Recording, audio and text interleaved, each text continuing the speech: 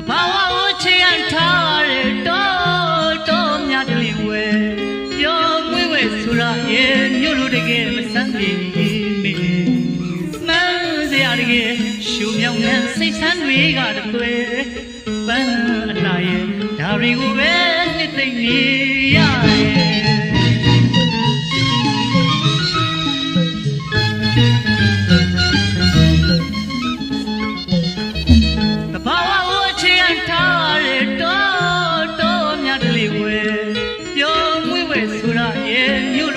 မဆန်းစီ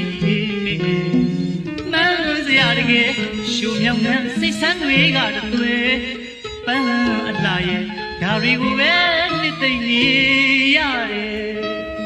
ညီအေးကမ်းနဘေးကြီးကအလှမ်း